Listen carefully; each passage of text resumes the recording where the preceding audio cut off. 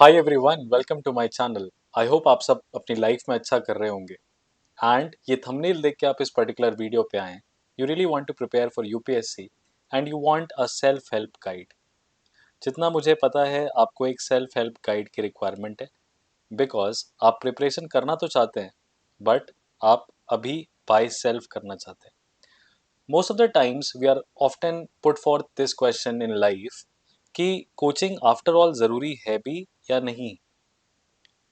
कोई भी बच्चा किसी भी पर्टिकुलर एग्जामिनेशन को जब टारगेट करता है तो सीधे कोचिंग ज्वाइन करने की सोचता है। उसको लगता है कि कोचिंग इज एवरीथिंग। ऐसा नहीं होता है। कुछ बेसिक्स हैं जो कि आपको पहले करने हैं, तब जाके आपको कोचिंग का इंफॉर्मेशन समझ में आएगा।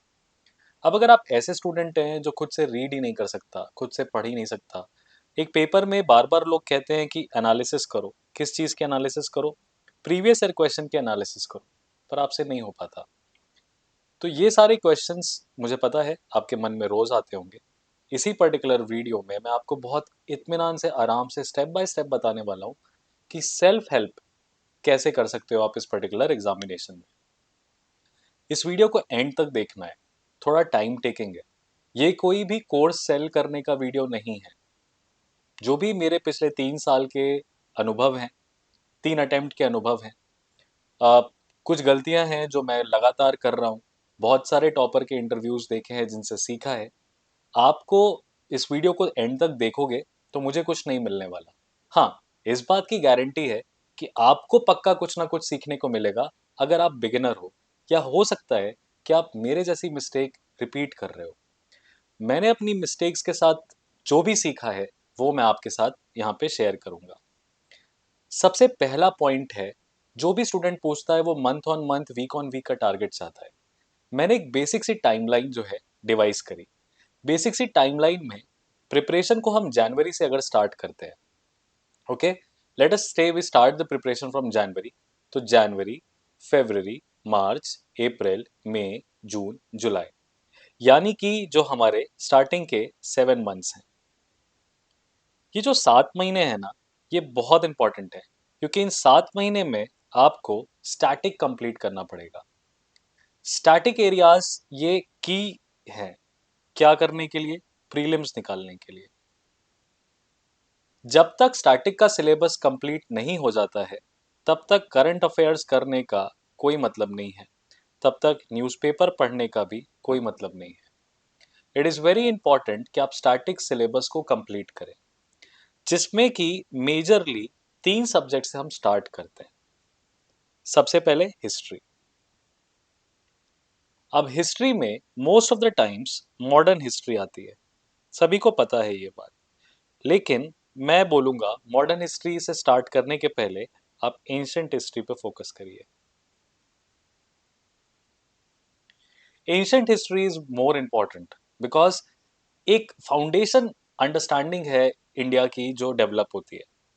उसके बाद polity, and third is economy.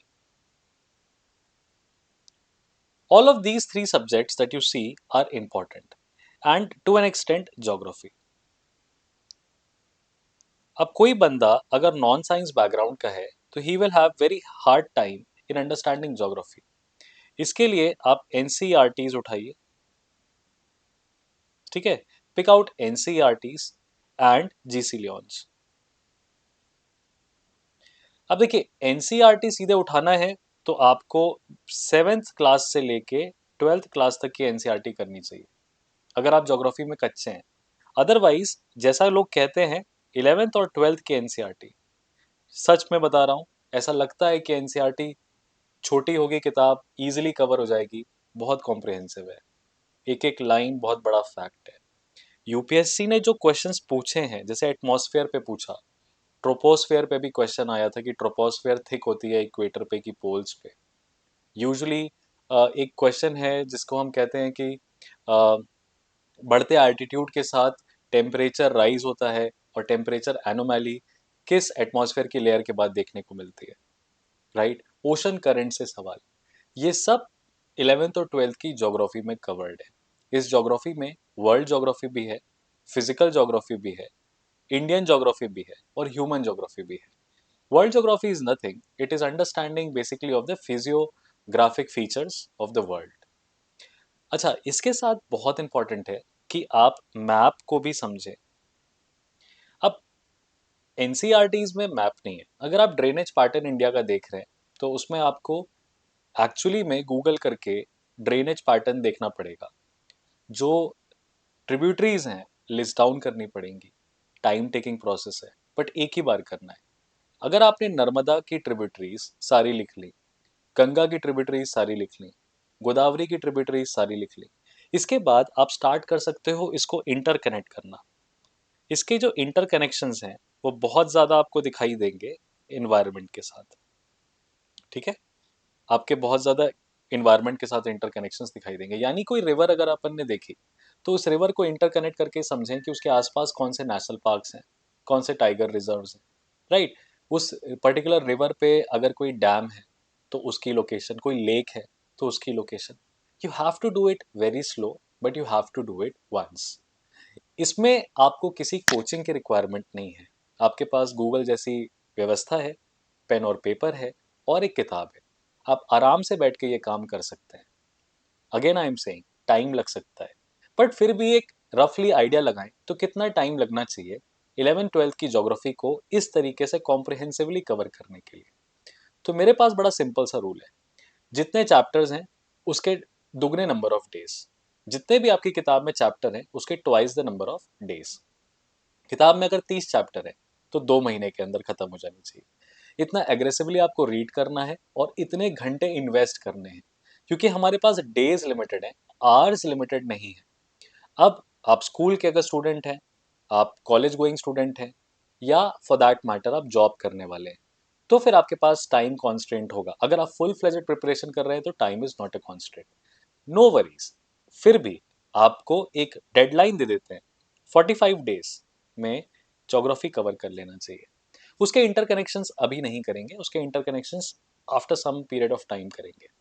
Now coming back to the same aspect, economy, इसको बिल्कुल टच मत करिए। स्टार्टिंग में इकोनॉमी बिल्कुल मत छुइए।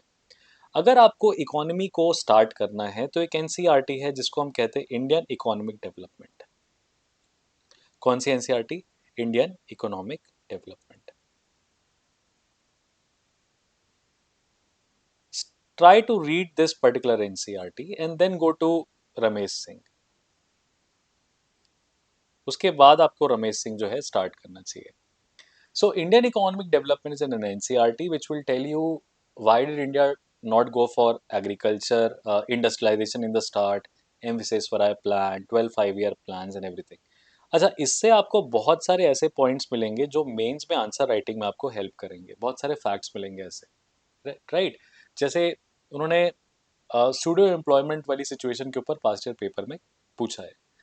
अब अगेन आई एम सेइंग कि ये जब आप स्टैटिक सिलेबस कर रहे हो, you must have seen that a lot of times toppers have mentioned that go back to previous year papers again and again, again and again. I will come to that. You don't have to directly start from previous year papers. देखो, past year questions आपको तब समझ में आएंगे जब syllabus का 20-30% आपने कर रखा है, कुछ चैप्टर्स कर रखे हैं, इंपॉर्टेंट चैप्टर्स कर रखे हैं, और उससे रिलेटेड टच करता हुआ आपको पास्ट ईयर पेपर में क्वेश्चन दिखाई दिया, तब आपको क्लिक करेगा कि यार ये टॉपिक यूपीएससी ने पूछा है और कुछ दिन पहले मैंने इस किताब में, इस चैप्टर में ये बात पढ़ी है, राइट। इसीलिए पहले आपको स्टैटिक एरियाज को एक बार ढंग से देखना पड़ेगा। किसी भी बुक को जब आप स्टार्ट करिए तो उसके इंडेक्स पे ध्यान दीजिए, फिर पास्ट ईयर पेपर्स को जब आप ध्यान देंगे तब आपको दिखाई देगा। अच्छा, पास्ट ईयर पेपर में भी लोग यूजली प्रीलिम्स करते हैं, आपको मेंस के पास्ट ईयर पेपर पे भी फोकस करना चाहिए, क्योंकि मेंस के पास्ट ईयर पेपर्स को करने से क्या होता है, यूपीएससी का फोकस एरिया पता चलता है बहुत क्लियरली। अच्छा, आप देखेंगे कि मेंस के जो टॉपिक्स हैं उनसे टच करता हुआ प्रीलिम्स में भी सवाल पूछा रहता है, राइट। इसके बाद जब भी आप स्टैटिक कर रहे हैं, पॉलिटी कर रहे हैं, तो polity is very much connected to current affairs. Okay, chief justice of India नए अपॉइंट होते हैं, कोई गवर्नर के ऊपर सुप्रीम कोर्ट का जजमेंट आता है, right. There is this judgement on Pegasus which is going on right now, article 21 से रिलेटेड है। Some Supreme Court decision is there, some petition is being filed. Okay, a lot of issues are there in Indian polity which is associated with current affairs. For that matter interstate reverse का ही dispute ले लीजिए। You need to understand कि current affairs में क्या चल रहा है, constitutional उसकी सिचुएशन क्या है। तो जब आप न्यूज़पेपर के एडिटोरियल्स पढ़ते हैं तो आपको फिगर आउट होने लगता है कि यार ये पॉलिटी वाला है, ये इकोनॉमी वाला है, ये इंटरनेशनल रिलेशंस वाला है, ये आर्ट एंड कल्चर वाला है, ये सोसाइटी सोशोलॉजी से रिलेटेड है। तो आप वो फ्रेगमेंटेशन करने लगेंगे। इसीलिए पहले स्टैटिक पे काम करिए at least in the initial 2 months, January February, या आप जब भी प्रिपरेशन को स्टार्ट करें। फॉर दैट मैटर अगर ये वीडियो आप जून के महीने में देख रहे हैं, मई के महीने में देख रहे हैं, तो मई और जून अपने स्टैटिक पे ध्यान दें। राइट। अब स्टैटिक में मैंने क्या बताया, ये बेसिक आपको 4 सब्जेक्ट्स बताए, you have to start with that. Along with this, जब भी आपके 1-2 चैप्टर कंप्लीट हो जाएं, go to past year papers and go to for past year papers, go in reverse order. 2025 का देखिए, 24 का देखिए, 23, 22, 21, 2020। 100 क्वेश्चन होते हैं। आप 1-1.5 घंटा भी देंगे and you will just briskly go through it the paper कि भाई आज हिस्ट्री पढ़ी है मैंने, तो मैं हिस्ट्री के क्वेश्चन छाट रहा हूँ। कब के छाट रहा हूँ? 2024 का पेपर देख रहा हूँ, 2023 का पेपर देख रहा हूँ। तो ये इनिशियली आप 2-3 घंटा भी करिए, एक ओरिएंटेशन डेवलप होगा। न्यूज़पेपर रीडिंग 2 महीने बाद स्टार्ट करेंगे तो भी चलेगा। राइट। अब इन तीनों को कंबाइन करके जनवरी टू जुलाई में स्टैटिक कंप्लीट करना है। बाकी न्यूज़पेपर पढ़ते रहना है, पास्ट ईयर पेपर देखते रहना है। ये टाइमलाइन को अध्ययन करिए और 7 मंथ्स के अंदर अंदर इनकी जो स्टैंडर्ड बुक लिस्ट है, जो सबको पता है, कहीं पे भी मिल जाएगी, वो कवर करिए। अब modern history everybody knows spectrum है, लेकिन दूसरी किताब भी है, प्लासी टू पार्टीशन है। प्लासी टू पार्टीशन या स्पेक्ट्रम स्टार्ट करने के पहले आप क्लास 10th की हिस्ट्री की किताब पढ़िए, एनसीईआरटी। वो आप 3 दिन के अंदर कवर कर लेंगे क्योंकि आपको कहानी की तरह पढ़ना है। उसके बाद आप क्लास 12th में आइए और themes in Indian history part 3 पढ़िए, जो कि आपकी इस पार्ट से रिलेटेड है, मॉडर्न हिस्ट्री से रिलेटेड है। After that you can either start with Spectrum और you can start with Plassey to partition. Well, if you are a beginner, let me tell you, Spectrum is a guide. Okay, Spectrum is basically created for competitive examinations. उसमें कहानी नहीं है। तो Plassey to partition एक ऐसी किताब है जिसमें कहानी है, स्टेप बाय स्टेप बताया है। राइट।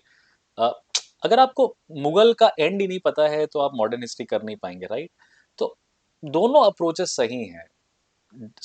रिसोर्सेस कंसोलिडेट करते हैं एग्जाम के कुछ महीने पहले, 6 महीने पहले स्टार्ट कर रहे हैं, बिना कोचिंग के कर रहे हैं, कोई बताने वाला नहीं है। तो देखो दोस्त, इस चैनल में मैंने एक्सप्लेनेशन डालना स्टार्ट कर दिया है, chapter by chapter, line by line, topic by topic. Lengthy videos भी हैं, शॉर्ट वीडियोस भी हैं, देख के आप वहां से किक स्टार्ट कर सकते हो। इनफैक्ट अगर आप वो लेक्चर्स ध्यान से देखोगे तो आपको किसी और चीज की जरूरत भी नहीं पड़ेगी। अगेन काफी ज्यादा बोल रहा हूं मैं, काफी ज्यादा गाइड कर रहा हूं आपको, काफी ज्यादा टाइम ले रहा हूं, but point is that see, do not rush into this preparation, it will take its own time, its own pace. Coaching वाले आएंगे, एंशियंट हिस्ट्री पे 5 लेक्चर करा के चले गए, तो उन्होंने तो सिलेबस कंप्लीट करा दिया ना। अब eight the end of the day घर पे जाके तो पढ़ना पड़ेगा ना आपको, किताब पढ़नी पड़ेगी, नोट्स पढ़ना पड़ेगा। Please understand, this examination is not based on rote learning. आप प्री निकाल लोगे, मेंस में पहुंचोगे, मेंस में आंसर लिख भी लोगे तो इंटरव्यू में छट जाओगे। एक होलिस्टिक परसेप्शन जो है about this country as a whole होना चाहिए। तो स्टैटिक के साथ साथ करंट अफेयर्स ये आपको करना है इन द फर्स्ट 7 मंथ्स। उसके बाद जो भी आपने प्रिपेयर किया है, अब आपको उसको पुट टू प्रैक्टिस करना है। यानी आपने जो पढ़ लिया है, ठीक है, उसको पुट टू प्रैक्टिस करना है। पुट टू प्रैक्टिस में पहले तो आपको बहुत सारे क्वेश्चंस देखने पड़ेंगे। इसका बेस्ट तरीका क्या है कि हम टेस्ट सीरीज ले लें। अच्छा, टेस्ट सीरीज भी, यूपीएससी की मार्केट जो दिल्ली है वहाँ पे बहुत सारे फोटो स्टेट की शॉप्स जो हैं, उनको फोन कर दो, अगर गूगल से निकालो नंबर, नहीं हो तो मुझसे मांग लेना, मैं बता दूंगा। अपना एक बंदा है राजेंद्र नगर में जो घर पे कुरियर कर देगा। लिटरली बता रहा हूँ, 1800 से लेके 2200 के खर्चे में तुमको राउंड राउंड 35 से 40 टेस्ट पेपर्स मिल जाएंगे। 35 से 40 टेस्ट पेपर्स। अब अगर लेटस से तुम 2026 की प्रिपरेशन कर रहे हो या 2027 को टारगेट कर रहे हो, तो तुम्हारे लिए जरूरी है ना कि 2025 के सारे मॉक पेपर्स तुम सॉल्व कर लो। क्योंकि क्वेश्चंस करंट अफेयर्स के चेंज होंगे, लेकिन स्टैटिक के क्वेश्चंस तो वही रहेंगे, है कि नहीं? तो आप ये काम स्टार्ट कर सकते हो। 1800 से 2200 रुपए में टेस्ट पेपर मिल रहे हैं। आपको कोई जरूरत नहीं है बड़ी महंगे कोचिंग के टेस्ट सीरीज लेके वहां सेंटर में देने की। कोई दिक्कत नहीं, आंसर की मिल रही है मेरे पास। 1 मिनट आपको मैं दिखा देता हूँ। ये टेस्ट पेपर है जो आप देख सकते हो, आपको दिख भी रहा होगा, it's a test paper, right. और ये मैंने प्रिंट निकलवा लिया है। बड़ा सिंपल सा फंडा है इसका। और देखिए एक साइड ब्लैंक रखा है। क्यों ब्लैंक रखा है? क्योंकि इससे नोट्स बनाऊंगा मैं।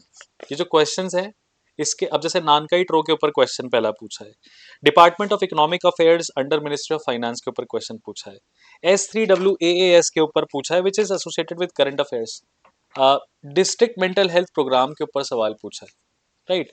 इसी तरीके से इस टेस्ट पेपर में स्टैटिक भी है और क्या है, काफी सारे करंट अफेयर्स के क्वेश्चंस भी हैं, राइट। जैसे नेशनल एजुकेशन पॉलिसी 2020 पे पूछ रहा है, MP लैट्स पे पूछ रहा है, हैंडलूम क्लस्टर डेवलपमेंट स्कीम के ऊपर पूछ रहा है, अश्विनी पोर्टल के बारे में पूछ रहा है, नेवा प्लेटफॉर्म के बारे में पूछ रहा है, ग्रीन क्लाइमेट फंड के बारे में पूछ रहा है, गुड गवर्नेंस इंडेक्स के बारे में पूछ रहा है। अब देखो इन क्वेश्चंस के आंसर्स आते हैं आपको कि नहीं आते, डजंट मैटर, लेकिन ये टेस्ट पेपर में 100 क्वेश्चंस हैं, 100 फैक्ट्स हैं, और उसकी ये पूरी की पूरी आंसर की है, जिसमें एक एक फैक्ट ढंग से पढ़ाया हुआ है। तो भाई आराम से क्वेश्चन सॉल्व करो, 10 क्वेश्चन आराम से सॉल्व करो, उसके एक्सप्लेनेशन देखो और उसके नोट्स बना लो। ये काम कब स्टार्ट करना चाहिए? अगस्त से अप्रैल के टाइम पीरियड पे स्टार्ट करना चाहिए। अच्छा, अगर तुम्हें डिफिकल्टी होती है, सच मानना दोस्त, तुम्हें अगर डिफिकल्टी होती है ये सब करने में, मैं मात्र 2,500 रुपये महीना लूंगा। कितना? 2,500 रुपये मंथली। तुम चाहे स्कूल के स्टूडेंट हो, कॉलेज के स्टूडेंट हो, जॉब करने वाले हो, 2,500 मंथली एक क्या फीस होती है? कुछ नहीं होती है। इतनी सी फीस पे आपके साथ 2 घंटा डेली बैठेंगे और 10 सवालों पे चर्चा करेंगे लाइव, सिर्फ आपके साथ। आप नहीं कर पा रहे हो ना, तो हम आपको वो काम करके देंगे। इसका थोड़ा पैसा तो लूंगा यार, मेहनत लगती है, ठीक है, बट मैं कह रहा हूँ उसकी भी जरूरत नहीं है। अगर आप खुद से कर लेते हो, ट्राई करो, नहीं हो पाता है तो फिर आना मेरे पास। इसीलिए अब मॉक्स को देना है, अब कोई 2 घंटे का टाइमर लगा के देने की बिल्कुल जरूरत नहीं है। ये पहले इनिशियली जो 30-35 टेस्ट पेपर्स है ना, इनके क्वेश्चंस को समझो, इसको पास्ट ईयर पेपर के साथ एकम्पनी करो, प्रीवियस ईयर क्वेश्चंस के साथ इत्मीनान से देखो। बिल्कुल एंग्जाइटी मत लो कि यार मुझे इतने सारे टॉपिक्स हैं मुझे नहीं आते, क्योंकि मेरे किसी टीचर ने बोला था कि अब 10,000 क्वेश्चन सॉल्व कर लो, राइट, तो भी सिलेक्शन नहीं होगा। 10,000 क्वेश्चन में आपको ध्यान देना है कि आपको कौन से क्वेश्चंस गलत पता है, नहीं पता है, गलत कर रहे हो, उन पे ज्यादा गौर करो, क्योंकि वहां पे टाइम इन्वेस्ट होता है, वही गैप फिलिंग आपको करनी है। समझ पा रहे हैं आप मेरी बात को? तो जब वो गैप फिलिंग आप करेंगे, तो फिर आपको समझ में आएगा कि यार पढ़ तो सब लिया था, अब उसको पुट टू प्रैक्टिस करना है।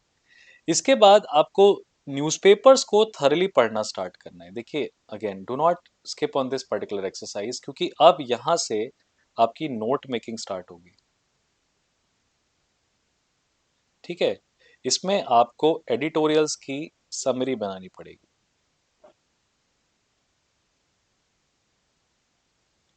कोचिंग में जो मास्टर आते हैं, यूपीएससी कोचिंग में जो टीचर्स आते हैं, कल को मैं भी किसी यूपीएससी कोचिंग में पढ़ा रहा हूँ, तो जो मास्टर आते हैं they are well read and they read every day. आपको उनको कॉपी करना है, उनके जैसा बनना है? नहीं, आपको अपनी अंडरस्टैंडिंग के हिसाब से पेपर पढ़ना है। देखो अल्टीमेटली दोस्त क्या है, तुम कुछ भी कर, कोई भी कोचिंग कर लो, कुछ भी कर लो, पढ़ना तो तुमको पड़ेगा। हाँ, ये काम कर सकता है कोई सामने वाला कि आपके लिए वो चीज़ कंसोलिडेट कर दे, समराइज कर दे, लेकिन फिर भी आपको पढ़ना पड़ेगा, बिकॉज जब आप पढ़ोगे तब आपकी समझ डेवलप होगी ना। कोई सुनी सुनाई बात, कोई मूवी देख ली अपन ने, तो उस एपिसोड के बारे में आइडिया लग गया, लेकिन अभी भी रिलेट नहीं कर पाओगे जब तक उस एपिसोड के बारे में डिटेल में पढ़ोगे नहीं। तो there is no skipping to reading newspapers, no substitute for reading newspapers, they help you in lot of ways, right. और इसके बाद जो आपका करंट अफेयर्स है, किसी भी स्टैंडर्ड मैगजीन से प्रिपेयर करना स्टार्ट करो। Vision IAS, insights IAS, Vajiram Ravi सब बोलते हैं, दृष्टि सब बोलते हैं, ठीक है। नेक्स्ट आईएएस है और ओनली आईएएस है। इन दोनों की मैगजीन्स मुझे पर्सनली काफी काफी ज्यादा अच्छी लगती है, नेक्स्ट आईएएस और ओनली आईएएस की। और जो नेक्स्ट आईएएस है ना, वो एक इस तरीके की मैगजीन बनाता है कि अगर आप न्यूज़पेपर पढ़ रहे हो या नहीं पढ़ रहे हो, आपको नेक्स्ट आईएएस काफी ज्यादा हेल्पफुल लगेगा। मान लो तुम दोनों चीजें नहीं कर पा रहे, तो तुमको एक और चीज बताता हूँ। प्रतियोगिता दर्पण नाम की एक मैगजीन आती है, आगरा का पब्लिकेशन है प्रतियोगिता दर्पण उपकार, यही खरीद लो। 120 रुपए की मैगजीन आती है, ये ऐसे भी कंप्लीट करा देगा, नोट्स भी कंप्लीट करा देगा, जीके भी बता देगा। कोई भी मैगजीन परफेक्ट नहीं होती। अब इसमें क्या ये लोग बताते हैं, इन मैगजीन में फैक्ट्स बताने के बाद क्या बताते हैं? प्रॉब्लम्स बताते हैं, कंक्लूजन्स बताते हैं, सोल्यूशंस बताते हैं, वे फॉरवर्ड बताते हैं। यही तो इन मैगजीन्स को 120 पन्ने, 130 पन्ने, 140 पन्ने का कर देता है। आपको पढ़ने का ही नहीं है। हाँ, आप न्यूज़पेपर के एडिटोरियल्स डेली पढ़ रहे हो, आपको ऑलरेडी काफी सारी सिचुएशन के सोल्यूशंस पता है। For instance, I should rather give you an example for that matter. Let us say Dholavira was in the news, and Dholavira के ऊपर कोई नया एक्सकेवेशन हुआ, या ढोलावीरा एक अंडर डेवलप्ड रीजन है, and all of that came, right? Now in this magazine, everything around Dholavira will be given. Okay, what you need to relate it with? So you need to read an editorial on that. कि ढोलावीरा पे एक excavation हुई, कोई नई history मिल रही है, कोई नया एस्पेक्ट मिल रहा है। अब आपने एडिटोरियल पढ़ा, जब आपने उस एडिटोरियल को पढ़ा तो उसमें वो बता रहा है कि जो हमारी एंशियंट हिस्ट्री की जो साइट्स हैं, आर्कियोलॉजिकल साइट्स हैं, उनके प्रिजर्वेशन में क्या क्या कमियां हैं, क्या क्या चैलेंजेस आते हैं। वहां से आपने उसको समरी बना ली, राइट? अब आर्ट एंड कल्चर से रिलेटेड कोई भी क्वेश्चन आए जहां पे किसी आर्कियोलॉजिकल साइट का प्रोटेक्शन के बारे में बात कर रहा हो, उसके डैमेज के बारे में बात कर रहा हो, तो जो ढोलावीरा के एडिटोरियल से आपने निकाला है वो आप सिंपली कर सकते हैं।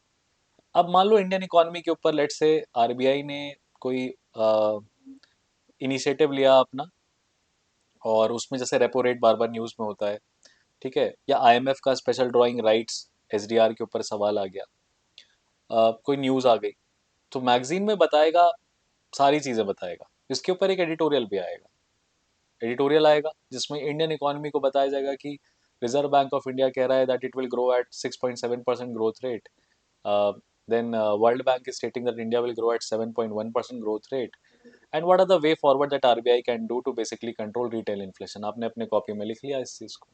अब इकोनॉमी से रिलेटेड कोई भी बात आए जहां पे इन्फ्लेशन का पॉइंट आए, आरबीआई के फंक्शन के ऊपर सवाल आए, ठीक है, ओपन मार्केट ऑपरेशंस के ऊपर कुछ सवाल आए, मॉनेटरी पॉलिसी के ऊपर कुछ क्वेश्चन आए, you are going to state the very same fact though in a different format, right?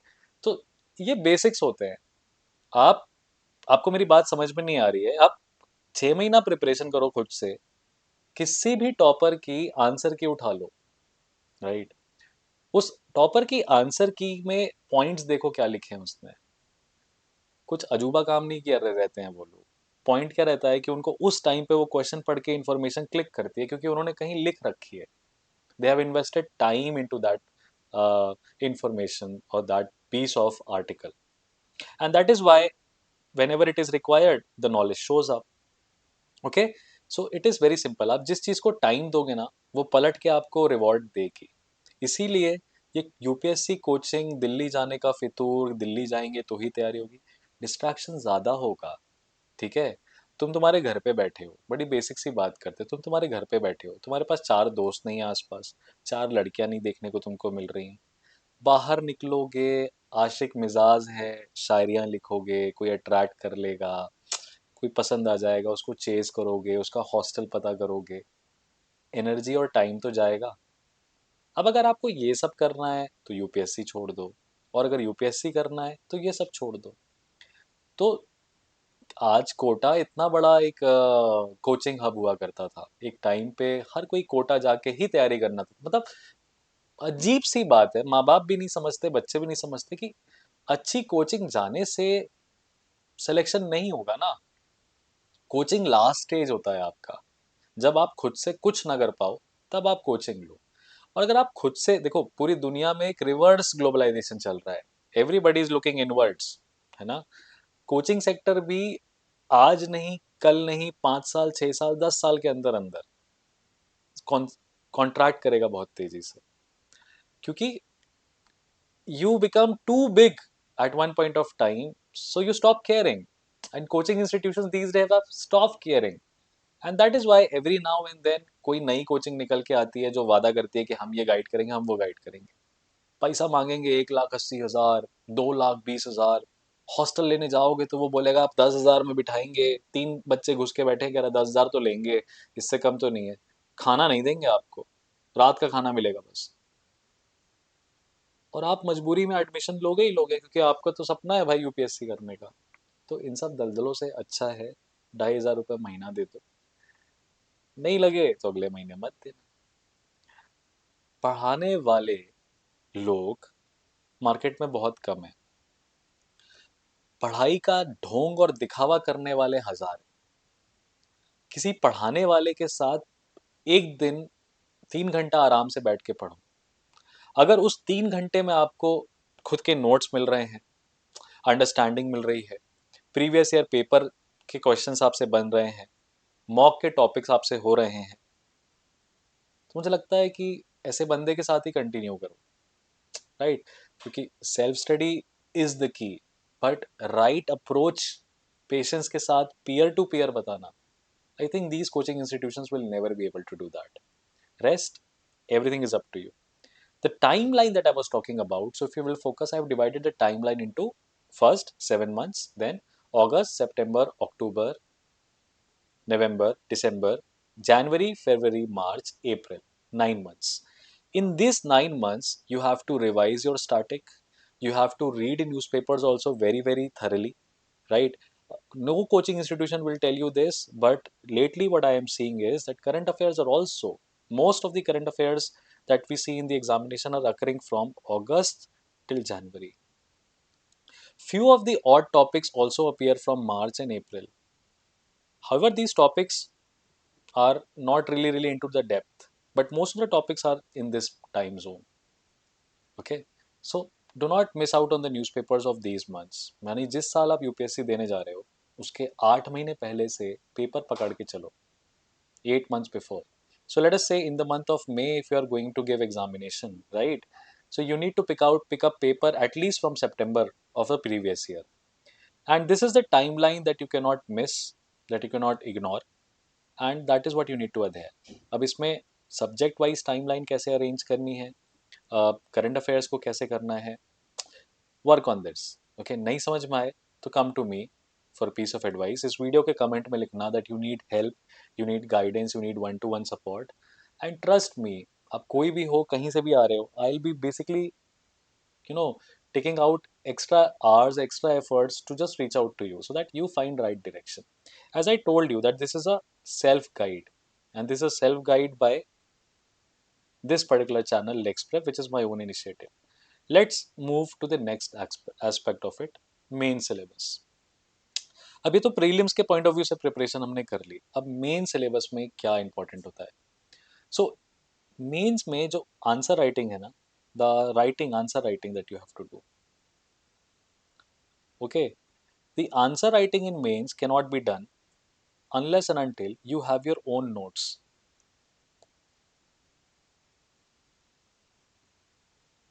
It cannot be done unless and until you have your own notes. Because जब तक आपकी hand written चीज नहीं है, आपका दिमाग काम नहीं करेगा। तो it is important that you prepare notes based on mains answer writing pattern. Based on mains answer writing pattern. For example, UPSC has often asked from modern history कि लॉर्ड कर्जन की क्या पॉलिसीज थी। UPSC has also asked this particular question कि ये बताइए railways के development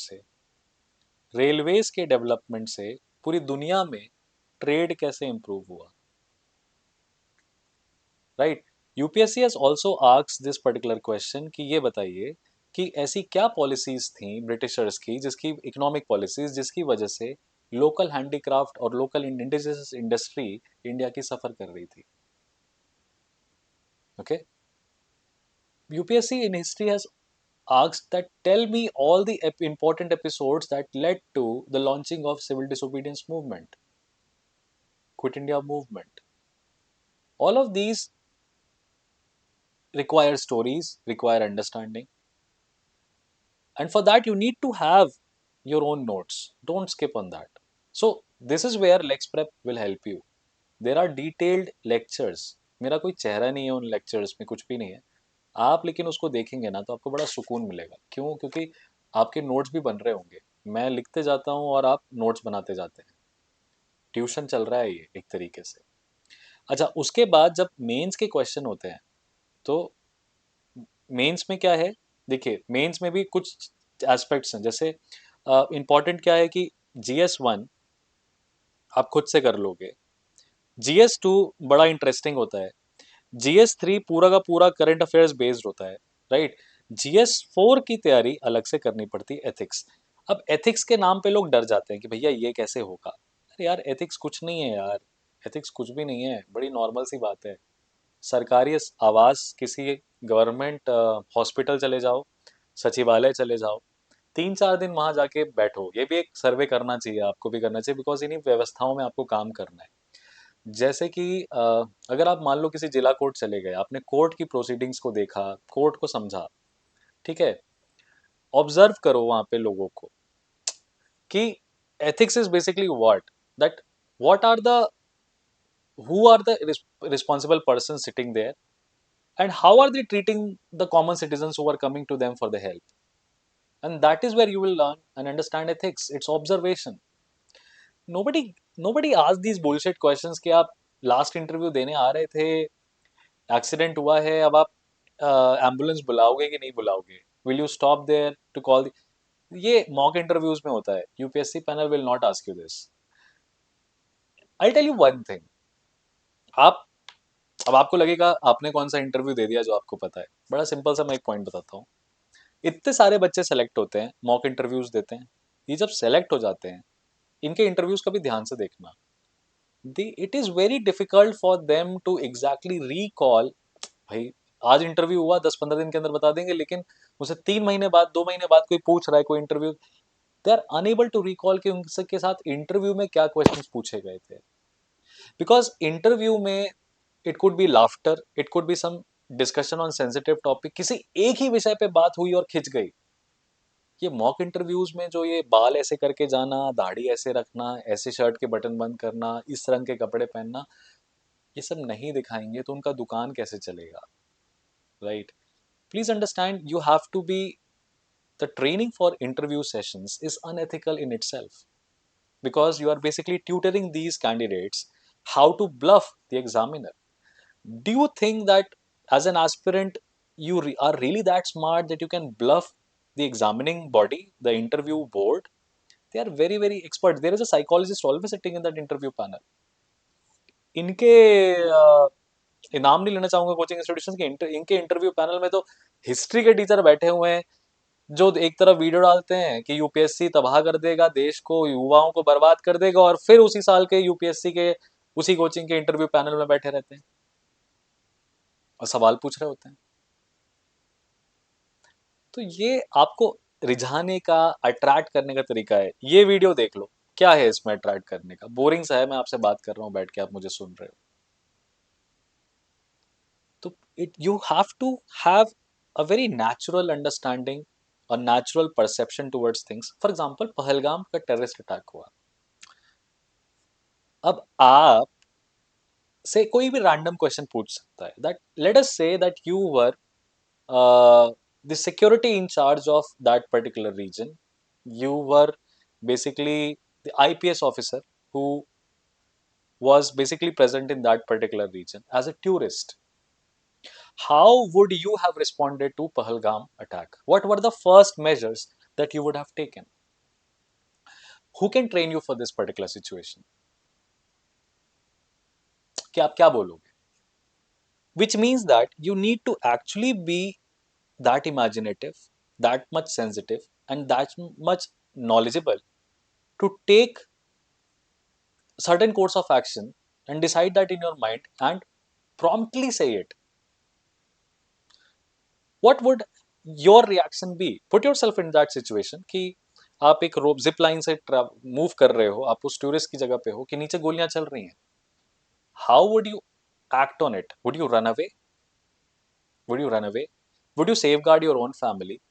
So you have to be very very natural that yes, my first instinct would be definitely, sir, that I would like to spot the location of these terrorists, where the actually gunfighting is going on, from where they are firing the shots, and then I'll look after where is my family and what is the nearest location where I can take them.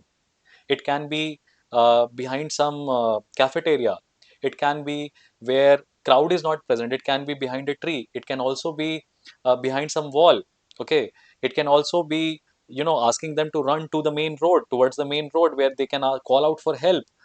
Or maybe I'll just run up to them and try to shield them, because that would be my very first instinct. And if you, let us say, do not answer this, do not take your family into perspective, your family is also there, your friends are also there, and obviously you'll run out to them. And then you say, no, no, sir, I'll first spot where the terrorists are, then I'll try to call out as many people as I can, and will try to take them to a safe location. Are terrorists going to give you that much amount of time? No. You are going to safeguard yourself, take your family, and call out help from the locals. आप वो सलमान खान बन के नहीं उस आग में कूद जाओगे कि नहीं मेरी छाती पे गोली मार, इनको मत मार. You are a liar at that point of time. कभी इमेजिन किया आपने उस सिचुएशन में? एक बड़ी सिंपल सी मैं एक सिचुएशन देता हूँ. आप ट्रेन में हो, you are moving in a train, okay, and उस ट्रेन में आपको पता चल जाए, क्या पता चल जाए, कि लोको पायलट जो ही इज डेड, उसको हार्ट अटैक आ चुका है ना, और ट्रेन के नेक्स्ट बोगी में आग लगी हुई. What will you do at that time? और रात के 2 बज रहे हैं, आप क्या करोगे? Crisis management. You cannot pre prepare for these type of questions, you cannot pre prepare anticipate कि ये पूछेगा, बट क्राइसिस मैनेजमेंट आप क्या करोगे? Sir I try to pull the chain, pull the chain and stop the train. Sir इस train में RPF के जवान होते हैं, and I'll try to basically find if RPF jawan are there and whether they know about it or not. I'll try to wake up all the passengers in my compartment and will try to brief them about the situation कि ऐसा ऐसा है, and they don't need to panic but they need to help, okay. And then basically we'll ask all these passengers to just come out of their window, and जैसे ही कोई railway station पास करे कुछ करे, चिल्लाओ बचाओ बचाओ. It has to be crude and raw. You don't have to give sophisticated answers. And you don't have to be an expert over there, because तुम IAS officer हो, मान लो तुम्हारे साथ ऐसा हो ही जाए, तुम आईपीएस ऑफिसर, तुम्हारे साथ ऐसा हो ही जाए, तो तुम फोन लगाओगे ना, अपने दोस्तों को फोन लगाओगे रात को, जो भी है, कि भाई मर गया वो, ट्रेन जा रही है, बचा, कुछ कर भाई, रोकना है. ठीक है, स्पाइडरमैन की तरह तो नहीं शू शू करके ट्रेन रोकोगे. तो nobody can train you for these type of questions, for these type of situations. You have to be very crude, very raw, but very intuitive and very practical, down to earth, simple चीज. So that is why I say, do not read, do not watch these interviews and take inspiration कि मैं होता तो मैं क्या करता है, and all of that. Read good books, okay. Read books on World War II. Read books by diplomats. Uh, Read Indian history properly. Uh, and just read newspapers. You'll get to know this. किसी chemical factory में आग लग जाए, किसी chemical factory में आग लग जाए, तो आप क्या करोगे? एक बड़ा इंसिडेंट हुआ था जयपुर में कि एक पेट्रोलियम का टैंकर पलट जाता है और आग लग जाती है और जलते हुए लोग बाहर आ रहे हैं. आप वहां पे हो तो आप क्या करोगे? आप वही करोगे जो हर आदमी करता है, राइट. क्योंकि आप गवर्नमेंट में हो, क्योंकि आपके पास थोड़े रिसोर्सेज ज्यादा हैं, तो आप मैक्सिमम एम्बुलेंस और फायर ब्रिगेड वहां पे बुलाओगे. और आप क्या बोलोगे कि नहीं नहीं सर मैं आग में कूद जाऊंगा बोरा लपेट के, right. You will try to provide them basically ठंडी जगह, you will try to keep them away from the fire, okay. And you will try to basically take them to nearest government emergency center, with whatever trauma center, whatever is there. That is what you will do, what every other citizen is expected to do, okay. So please understand this, that whatever goes on in the interview, nobody knows it, what UPSC will ask, and we do not have the skill set to basically bluff them. So please focus in those areas that are in your control. Mains ka syllabus is in your control. You can start writing model answers out of every goddamn topic. Create your own bullet points. And this is where the lectures in my channel will help you. But the important area of this is that you need to interconnect this particular information, which is the paradigm of UPSC, because this is where UPSC tests. Okay. Disaster management act अपन ने पढ़ ली, disaster management पढ़ लिया अपन ने, late us से, but आज तक disaster management act खोल के सेक्शन बाय सेक्शन नहीं पढ़ा. You are a misfit candidate. आप सेलेक्ट हो सकते हो, भगवान की दया से हो जाओ, बट आप डिजास्टर मैनेजमेंट स्टैट्यूट को पढ़े ही नहीं. पढ़िए उस चीज को, हम आपकी हेल्प करेंगे, right. I am an advocate by profession, I am a teacher by passion. But I am an aspirant आत्मा से, I help you there, provision समझाऊंगा मैं आपको। तो SC STs अट्रॉसिटीज एक्ट के बारे में जानते हैं, कभी पढ़ा ही नहीं। CRPC we know it that Bharatiya Nagarik सुरक्षा संहिता इज देयर, बट कभी उसके प्रोविजंस को रीड नहीं करा। पावर ऑफ पुलिस तो पढ़िए, पावर ऑफ मजिस्ट्रेट तो पढ़िए, एग्जीक्यूटिव मजिस्ट्रेट के पास BNSS के अंदर क्या पावर है, please try to know that, that is going to help you. It is all a part of the main syllabus. So let's approach civil services examination in a very different perspective. And मेरा जो पूरा programme है वो दो लोगों के लिए specially designed है। पहला, कॉलेज गोइंग किड्स के लिए, आप अपनी यूपीएससी की preparation first year of the college से स्टार्ट कर सकते हैं। दूसरा, उन 11th और 12th के स्टूडेंट्स के लिए जो यूपीएससी को लॉन्ग टर्म विजन में लेके चल रहे हैं, कोई डिफरेंस नहीं है, एक ही साथ बैठ के तैयारी कर सकते हैं। जो जॉब गोइंग कैंडिडेट्स हैं, maybe you need somebody else, और maybe you just can watch the recordings and make sense out of it. Let's move ahead. Daily rituals पे बात करते हैं। कुछ बेसिक हैबिट्स हैं जो आपको एवरीडे रिपीट करनी है। जब आप चीज़ों को रिपीट करने लगते हैं तो वो पैटर्न बन जाता है, और जब वो पैटर्न बन जाता है तो फिर वो हैबिट बन जाती है, और फिर हैबिट को आपको कोई चीज़ करने के लिए एफर्ट नहीं लेने पड़ते। भाई सुबह उठ के ब्रश करना है, अगर आप ये बचपन में रिपीट करते आए तो वो पैटर्न बन गया, बिना ब्रश किए आपको अजीब लगेगा। And that is how daily rituals will help you, that you have bare minimum target कि भाई कुछ भी नहीं पढ़ा तो एक चैप्टर मैंने जरूर पढ़ा, कंप्लीट किया। ठीक है, आज मैंने उसकी रीडिंग कर ली फर्स्ट शॉट में, नेक्स्ट शॉट में उसके नोट्स बना लिए। आप ये कर सकते हैं। अब आप रीडिंग नहीं कर पा रहे हो तो भाई वीडियो आपने देख लिया, उसका एक्सप्लेनेशन देख लिया लेक्स प्रेप के चैनल पे, और अगले दिन उसको रिवाइज करते हुए उसके नोट्स बना लिए। एनीवे आप करिए, आपको 1 चैप्टर पर डे करना है। पिछले हफ्ते अभी तक आपने जो नोट्स बनाए हैं, जब आपका एक चैप्टर कंप्लीट हो जाए तो आपके जो हैंड रिटन नोट्स हैं, प्लीज उनको क्या करिए, उनको रिवाइज करिए। रिवीजन इज द की। ये आपको डेली करना है, कोई डे स्पेसिफिक नहीं है। Revision is the key, you have to revise almost on a daily basis.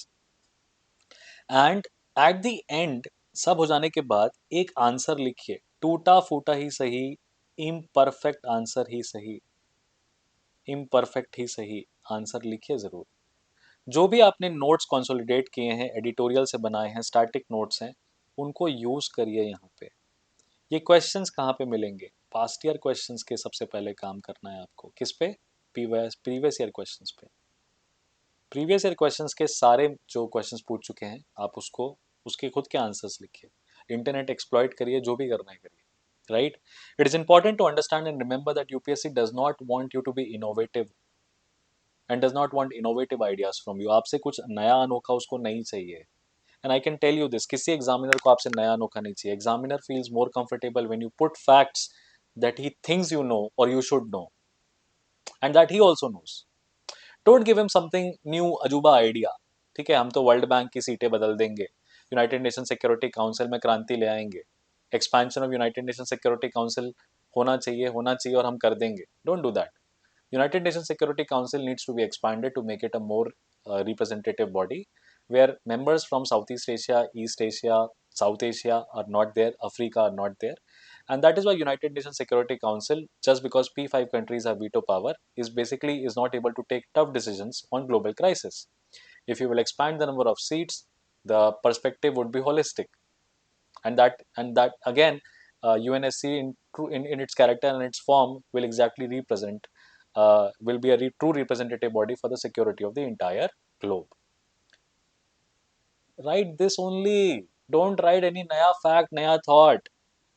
Okay, so you need to understand this. Do not believe in everything this UPSC coaching guys tell you, और ये YouTube पे आपको जो भी बताए, right? Please understand, these guys who check your copies, they have worked as secretaries in the executive, that is with the government, and they know more than you. They understand more than you, and they are always and obviously better than you. You don't have to outsmart them. You just have to tell them that you are equally smart or equally competitive. Okay, whatever solutions that you find are mentioned in the newspapers, okay, editorials by experts, or are within the scope of government's current initiatives, copy paste that only. Okay, for that matter, climate change is happening right now, and cooking fuel, burning wood, and everything is somehow responsible for that. Frame the narrative of Ujjwala Yojana. Mention it that clean cooking gas will help rural communities, uh, save a lot of money. they will be basically saving a lot of time where women will not be, moving out to distant places to collect firewood. LPG connections can be provided to them by government at their doorstep. The cleaning, the cooking will become very, very easy, very cheap, for that matter. Women empowerment angle is obviously there.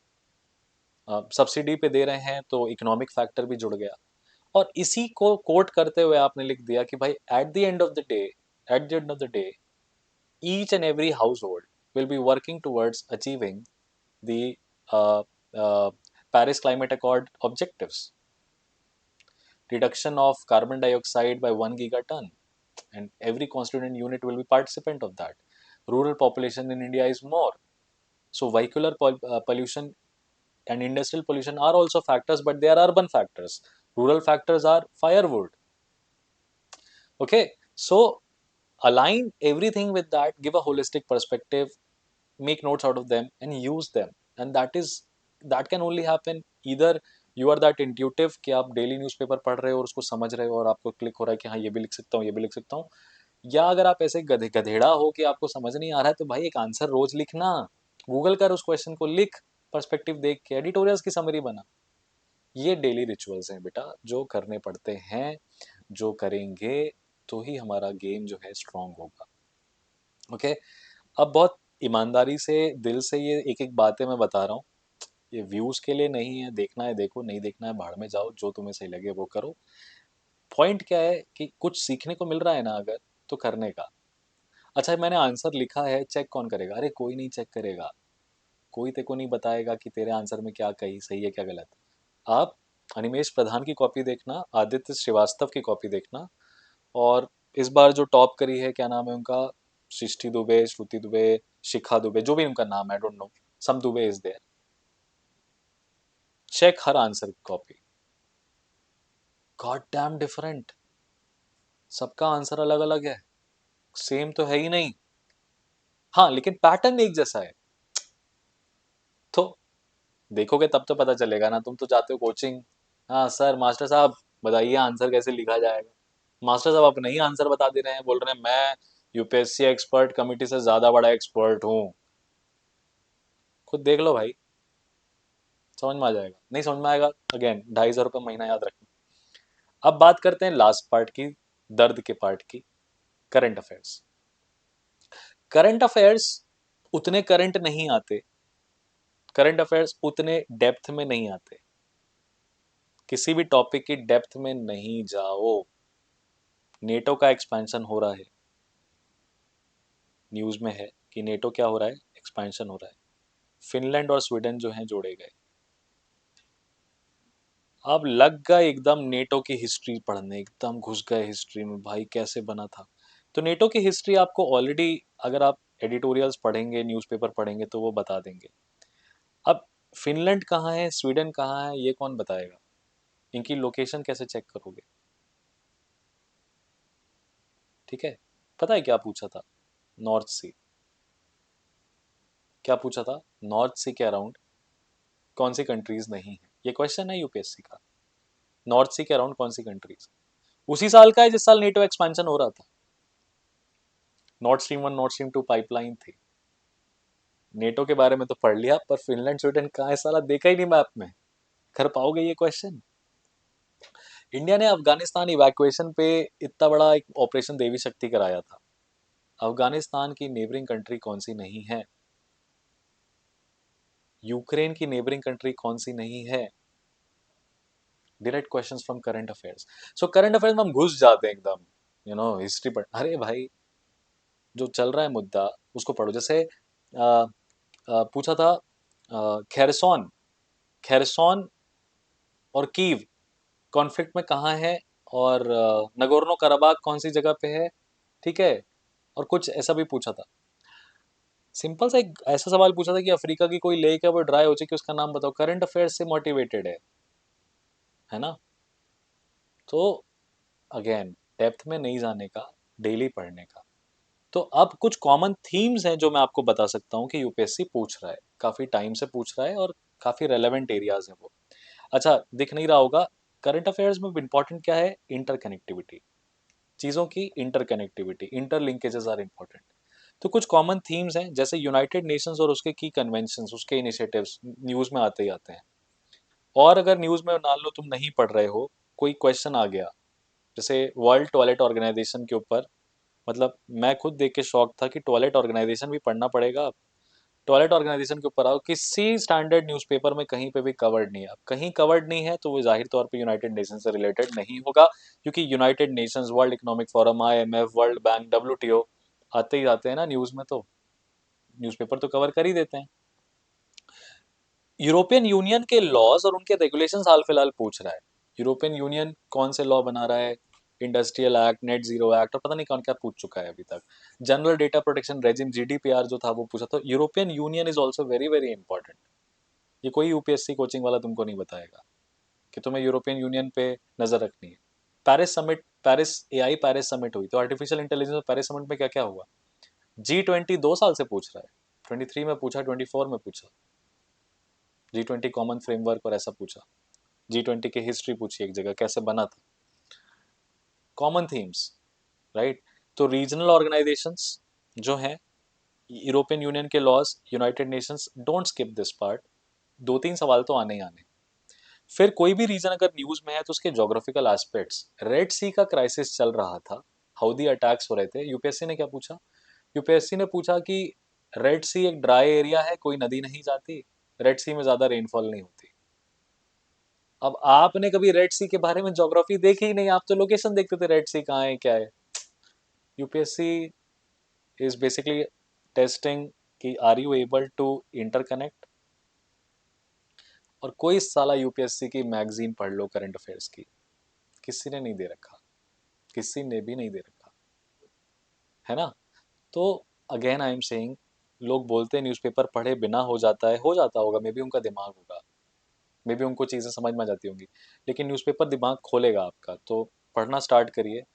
इसके बाद कुछ और aspects हैं, जैसे international areas under conflicts हैं, वो पूछता ही पूछता है। जो साइंटिफिक इनोवेशंस हो रही हैं, डिस्कवरीज हो रही हैं स्पेस और एनवायरनमेंट से रिलेटेड, वो भी पूछता है। ये बड़ा ही डिफिकल्ट है कि कहाँ से पढ़ें, ठीक है, कहाँ से प्रिपेयर करें। तो www.thehindu.com करो। क्या करो, www.thehindu.com। और इसमें वेबसाइट पे चले जाओ, साइंस एंड टेक पे। कहाँ चले जाओ, साइंस एंड टेक वाले पोर्शन पे। इंडियन एक्सप्रेस भी है, साइंस एंड टेक देता है, लेकिन उतना अच्छा नहीं है जितना द हिंदू का है। द हिंदू का science and tech directly UPSC में आ रहा है। कहाँ आ रहा है, डायरेक्टली यूपीएससी में आ रहा है। तो साइंस एंड टेक करने के लिए द हिंदू वेबसाइट पे जाओ और उसको खुद से पढ़ो, जितने हैं सारे आर्टिकल्स पढ़ो। सच बता रहा हूँ, इतना कर लोगे, करंट अफेयर्स इसके बाहर आएगा ही नहीं। इसके बाहर अगर आता भी है तो जाने दो यार। इसके बाद कुछ बचता है तो वो गवर्नमेंट स्कीम्स बचती हैं। गवर्नमेंट स्कीम्स पढ़ने के लिए बेस्ट पता है क्या है, गवर्नमेंट स्कीम पढ़ने के लिए बेस्ट क्या है, जेपीटी 365। साल में एंड में निकलेंगे, उठाओ, पढ़ डालो सारी स्कीम, समझ गए।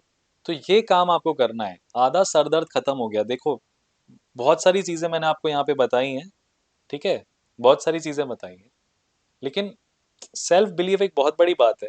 हो सकता है इस वीडियो को पूरा तुमने देखा भी नहीं होगा, देख के छोड़ दोगे, हटा दोगे, मुझे फर्क नहीं पड़ता। मैं अपनी रिसर्च और अपने एक्सपीरियंस से कह रहा हूँ, 3 अटेम्प्ट दिए हैं, पढ़ाता हूँ, करंट अफेयर्स का फैकल्टी हूँ, एक दिन का न्यूज़पेपर नहीं छोड़ता हूँ, सब कुछ पढ़ता हूँ। लेकिन क्या है कि वो क्वेश्चन ऐसी जगह से पूछ रहा है कि न्यूज़पेपर को पढ़ने के बाद उसको थोड़ा सा रिसर्च और अप्लाई और मैप वर्क करके देखना था, वो नहीं किया है। तो कभी 17 नंबर से रुक जा रहा है। मतलब अभी कभी ऐसा भी हुआ है कि मतलब 23 में ऐसा था कि मुझे बस 8 सवाल और सही करने थे, 16 मार्क्स और चाहिए थे मेरे, and I could have cleared the cut off. वो 8 सवाल ना, वो 800 दिन की जो 800 घंटे और 800 दिन की जो मेहनत मांग रहे थे ना, वो नहीं किया था, इसलिए वो 8 सवाल कॉम्प्रोमाइज हो गए। तो यूपीएससी मांगता है टाइम। तो अगर टाइम नहीं देगा, इन्वेस्ट क्या कर सकते हो तुम दोस्त, सिर्फ टाइम कर सकते हो, ठीक है। हार्डवर्क का कोई सब्स्टिट्यूट नहीं है, टैलेंट भी नहीं है। टैलेंटेड लोग कामयाब नहीं होते, हार्डवर्किंग लोग कामयाब होते हैं। बहुत सारे टैलेंटेड लोग दारू पी के पड़े हुए हैं, हम तो जब आएगा समय तब कर लेंगे। तो हार्डवर्क का कोई सब्स्टिट्यूट नहीं है। इसीलिए ये जो यूपीएससी कोचिंग्स आपको बता रही है ना, आप 1,80,000 फूकने को तैयार हो उन पे, पर मैं आपसे 2,500 रुपये महीना मांगूंगा तो आप नहीं दोगे, क्योंकि आपको लगेगा ये तो यार पता नहीं क्या करेगा, पढ़ाऊंगा बैठ के, नहीं पढ़ाऊंगा मत देना ना अगले महीने से। But don't believe in everything UPSC coachings tell you. आप पढ़ो चाहे कहीं से मत पढ़ो, खुद का विश्लेषण करो, खुद से एनालिसिस करो, खुद से ये सब चीज़ों को समझो।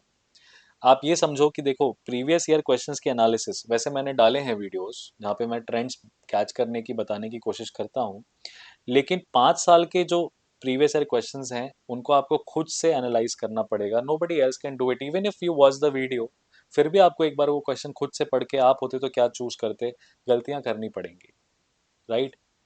Please understand that you can not do this exam without complete knowledge of world map. ये कोई कोचिंग नहीं सिखाएगी। वर्ल्ड मैप की अंडरस्टैंडिंग के बिना इस एग्जामिनेशन का प्रीलिम्स पीछे रह जाएगा, छूट जाएगा तुमसे। तो वर्ल्ड मैप पे थोड़ा फोकस करिए, राइट। और बस बाकी चीज़ें आसान है। देखो कहीं गाइडेंस चाहिए रहता है तो वो ऑप्शनल में चाहिए आपको, ऐसे में चाहिए आपको जो गाइडेंस चाहिए, ठीक है, और GS 4 में चाहिए। मैंने जैसा कि बताया था आपको, GS 3 जो है पूरा का पूरा न्यूज़पेपर ओरिएंटेड है। GS 1 और GS 2 जो है वो पूरा का पूरा आपका स्टैटिक है, स्टैटिक स्टैटिक। GS 2 में थोड़ा बहुत करंट अफेयर्स आ सकता है, जैसे आपसे पूछ सकता है FATF के बारे में बताओ, ठीक है, ग्रे लिस्ट ब्लैक लिस्ट इसका क्या सिग्निफिकेंस है, इंटरपोल के बारे में पूछ सकता है आपसे, राइट। GS 1 में भी मोस्टली सब कुछ आपका स्टैटिक ही है, स्टैटिक ही है। करंट अफेयर्स से थोड़ा सोसाइटी वोसाइटी वाले क्वेश्चंस जो हैं वो आ जाते हैं, ठीक है। ट्राइबल रिलेटेड क्या स्कीम है तो आपने नमस्ते स्कीम बता दी, और इन्वायरमेंट ये ईवी से रिलेटेड कुछ पूछ दिया तो आपने फेम स्कीम के बारे में बता, मतलब इंटरकनेक्शंस इंपॉर्टेंट हैं। तो GS 1 पूरा स्टैटिक है, GS 2 में थोड़ा करंट अफेयर्स है, GS 3 पूरा का पूरा करंट अफेयर्स है। बड़ा सिंपल है गेम, बहुत सिंपल सा गेम है। इसीलिए boycott these coachings, they are not basically teaching you, training you. भर भर के गाली भी पड़ेगी मुझे इस वीडियो पे, कोई फर्क नहीं पड़ता, तू मेरा क्या लेके जाएगा। यहाँ पे 3-3 लाख रुपए देने के पहले बेटा अपनी गिरबान में झांक के देखो माँ बाप कैसे वो 3 लाख रुपए कमाए हैं। मैं तुमको एक और जिंदगी का एक छोटा सा एनेक्डोट देता हूँ, शायद तुम्हें शेक करे, तुम्हारी रूह कांपे और तुम थोड़ा सोचो। हमारे माता पिता स्कूल की सारी फीस भरते हैं, हमारी पूरे कॉलेज की फीस भरते हैं, उसके कॉलेज के बाद हम निकलते हैं, बेरोजगार रहते हैं, और फिर हम माँ बाप की तरफ देखते हैं कि हमें अब एक सरकारी नौकरी की तैयारी करनी है, पैसा दोगे क्या, जा खुद कमा जाके। ये जो सरकारी नौकरी की तू तैयारी कर रहा है ना, इसके पैसे खुद से जुगाड़, काम कर, स्विगी का डिलीवरी बॉय बन, कैब ड्राइविंग कर, बाइक चला, पैसे कमा। जब तेरे को 1 लाख रुपए देने होंगे ना, तब तेरे को समझ में आएगा इज इट वर्थ इट और नॉट। ये जो बाप का पैसा तुम 1-1.5 लाख रुपए कोचिंगों में डुबा देते हो ना, कॉलेज में डुबाओ ना, घूमने में डुबाओ। अरे शौक से बाप से 1 लाख रुपए मांगो, बोला घूम के आऊंगा मैं। यूपीएससी कोचिंग में जाके 1.5-1.5 लाख रुपए जो तुम दे देते हो ना, फिर वही होता है, बाढ़ आ जाती है, बारिश हो जाती है, मर जाते हैं लोग, बच्चे, और इनकी कोचिंगें बंद हो जाती हैं, फिर ये कहीं और खुल रही होती हैं, किसी और माले में खुल रही होती हैं।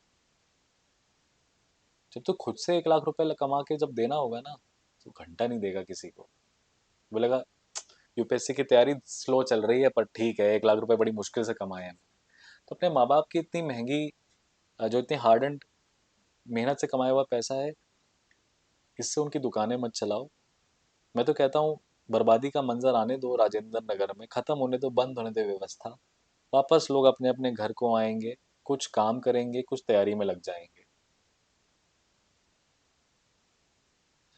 ऑनलाइन ज़माने में सब कुछ घर पे बैठे बैठे मिल रहा है, तो क्यों जा रहे हो इतना दूर अपने आप को थकाने के लिए। घर की छत पे, कहते हैं घर में मुझे पढ़ने की जगह नहीं मिलती। चलो दिन भर में तुम देखो, डे टाइम में तुम नहीं पढ़ पाते हो, डे टाइम में लोग रहते हैं।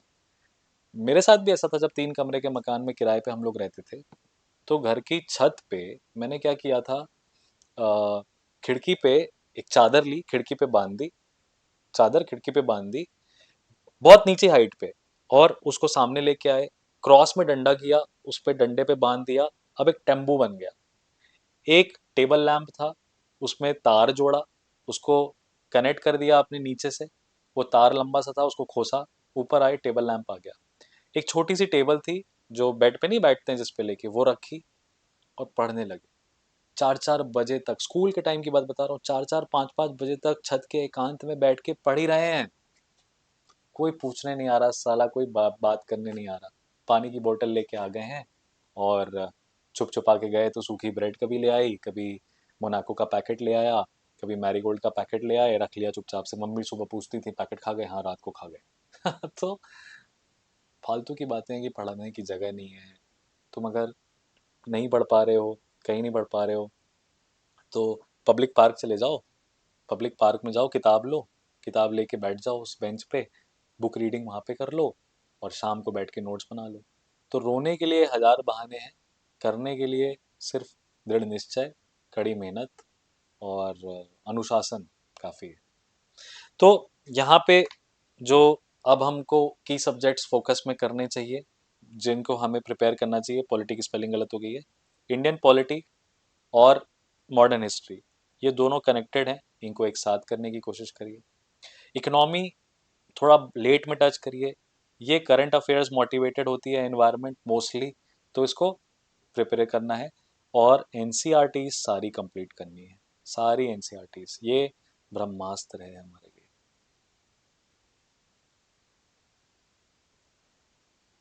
ठीक है, ब्रह्मास्त्र। देखो हिंदी लिखने की आदि नहीं है, ये ब्रह्मास्त्र है हमारे लिए NCERT. And that is how you have to kick start your preparation. These are the 5 basic subjects जिनको इग्नोर करके आप, you can not do that. And static भी इम्पोर्टेंट है। ठीक है, सुंदर लग रही है यार स्लाइड्स, है ना, मजा आ रहा है करने में। फिर how Lex Prep is going to help you. तो our concept lectures are ultimately free of cost, YouTube पे डल रहे हैं। हम आपसे किस बात का पैसा ले रहे हैं? जो भी पैसा ले रहे हैं वो 1-to-1 गाइडेंस का ले रहे हैं। स्कूल गोइंग बच्चा है तो वो भी ज्वाइन कर सकता है, क्योंकि अब आप इस एग्जाम के बारे में सोच सकते हो, सारे career options are not worth the effort. Okay, NEET हो गया, आईआईटी हो गया, क्लैट हो गया, सीए हो गया, सीएस हो गया, आईपी मैट हो गया, जो भी एग्जाम्स होते हैं 12th के बाद, all of them are not worth the efforts. How you can accompany your UPSC preparation along with this, that is where this program will help you. It's a very cost friendly exam. तो 2 घंटे 2 hours per day पढ़ाने की जिम्मेदारी तो मेरी है ही भाई, इतना तो पढ़ना पड़ेगा ही आपको।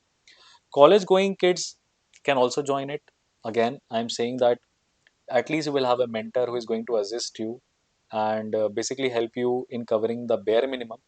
और जो सिलेबस है वो आपको कवर करवाएंगे। जब तक आप अपने पहले अटेम्प्ट तक पहुंच जाओगे ना, आपका स्टैटिक सिलेबस कंप्लीट हो चुका होगा, ये मेरी गारंटी है। And that is for both the school going kids and college going kids. Basically क्या है कि 2 years की साइकिल है, राइट? 2 years की साइकिल है, हम आपको 1.5 years में आपका स्टैटिक सिलेबस कंप्लीट कराएंगे। उसके बाद हम आपको प्रैक्टिस करवाएंगे, खूब सारी प्रैक्टिस करवाएंगे, खूब सारी प्रैक्टिस करवाएंगे। इसमें आपके आंसर्स भी डेली बेसिस पे इवैल्यूएट किए जाएंगे। आंसर्स का इवैल्यूएशन भी होगा, 1-to-1 होगा, हफ्ते में एक दिन होगा। और डेली एक एक बच्चे के साथ बैठ रहे होंगे, डेली आपके साथ नहीं बैठेंगे, एक एक बच्चे के साथ बैठेंगे। हफ्ते में आपको एक टाइम जरूर मिलेगा। Working professionals also can join it because time management is the challenge, right? Now here what you will do, you will watch the recorded lectures and everything. Peer to peer guidance के लिए you can come and sit. रात के time है, mostly आपको रात में time मिलता है, I will be available in the night only, right? क्योंकि आपका जो सारा रिसर्च वर्क है वो आपको करने की जरूरत नहीं है, वो हम आपको करके देंगे और आपको टास्क देंगे। So this is how Lex Prep will help you, right? Remember, everything can be beaten by consistency, discipline beats talent. If you are aiming for this, you will have to sit at your desk daily. You will have to work on the given tasks daily. Do not plan for the entire month, instead plan for the present week, present day, which we will be helping you. Don't count or limit yourself in hours. Have a clear task to achieve on this day. भाई मुझे ये video बनाना था, अभी रात के 2:30 बज रहे हैं, खाना नहीं खाया है मैंने, बट बनाना था तो आज बनाएंगे बैठ के, क्योंकि काफी दिन से चल रहा था ये प्लान और टाल रहा था, लेकिन करना है तो करना है। कंसिस्टेंसी का कोई ऑल्टरनेटिव नहीं है दोस्त, ये लाइन याद रखना, discipline beats talent. And that is how you are going to commit to it. And thank you for staying in the video. Maybe ये इंफॉर्मेटिव आपको लगा हो, एक बेसिक क्रूड लगा हो। सो Let's start with a commitment, with a promise in our mind that we are going to do it, right? We are answerable to our own self. We are competing against our own selves. And you just have to trust me. You just have to follow the basic crude steps and you will see the results yourself because you will be able to solve past year questions चुटकी बजा के, right? Trend predictors भी होते हैं जो हम आपको सीखना बता देंगे और हो सकता हो कि 6 महीने के बाद आपको मेरी रिक्वायरमेंट ही ना रहे, आप खुद से कर लो, right? So all the very best. I hope you make the most out of this. I'll see you guys in the next.